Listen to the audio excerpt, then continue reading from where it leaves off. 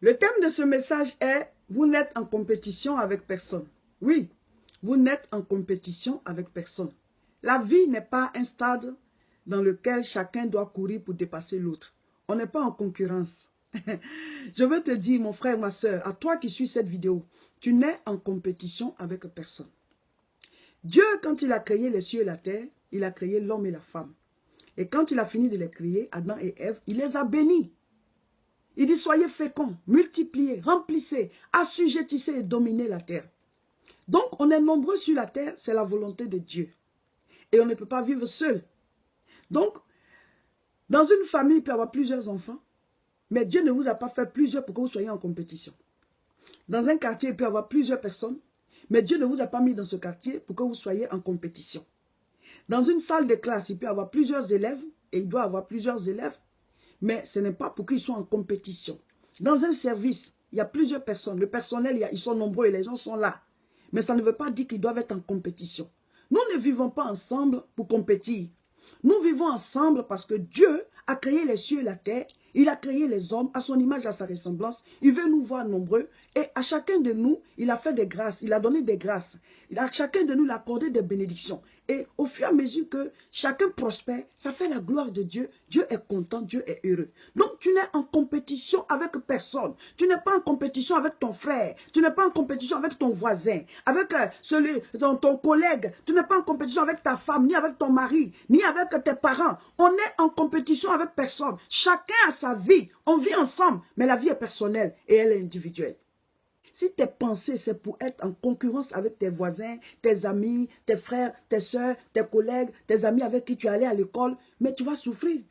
Tu vas souffrir, mon frère. C'est pour cela que je fais cette vidéo, pour changer ta pensée. Toi qui suis cette vidéo, si tu es concerné par ce message, c'est-à-dire si au fond de toi, tu es en perpétuelle compétition avec ceux qui sont autour de toi, tu n'auras pas la paix du cœur. Tu seras troublé en permanence parce que Dieu nous a créés. Chacun a ses grâces, chacun a ses bénédictions. Et chaque être humain se trouve à un niveau de l'échelle.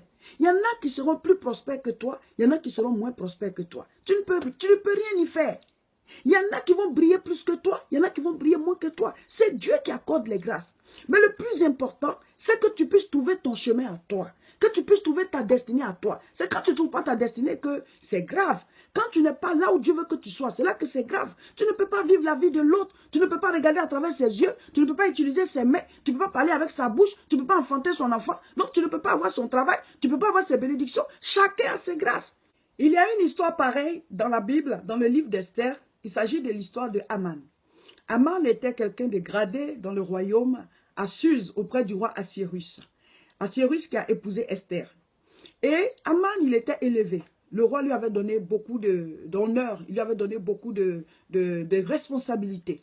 Mais il était tout le temps embêté de ce que Mardochée se prosternait pas devant lui. Vous voyez? Il était en perpétuelle concurrence, compétition avec Mardochée, qui lui était un juif qui était à la porte. Il n'avait même pas le niveau de Haman. Vous voyez, il n'avait même pas le niveau de Haman. Mais Haman était embêté. Pourquoi Mardochée, juste, ne se prosterne pas devant lui? Je te dis, mon frère, ma soeur, tu n'es en compétition avec personne. Tu n'as pas été créé pour dépasser quelqu'un. Tu n'as pas été créé pour que des gens se prosternent à tes pieds. Quand le Seigneur a dit dominer sur la terre, là, ce n'est pas sur nos frères, nos sœurs, non. Dominer sur les animaux, les plantes. Lisez bien le passage. Amen. Dominer sur les animaux, sur la création. Mais entre nous-mêmes, on ne doit pas se dominer les uns les autres. Non. Donc, Dieu ne t'a pas créé pour que tu assujettisses les membres de ta famille. De sorte que quand quelqu'un prospère, tu es dérangé. Quand quelqu'un prospère, tu n'as pas la paix. Oui, pourquoi il te dépasse? Tu vas souffrir. Tu vas souffrir parce que c'est Dieu qui a créé les cieux et la terre. Béni qui veut.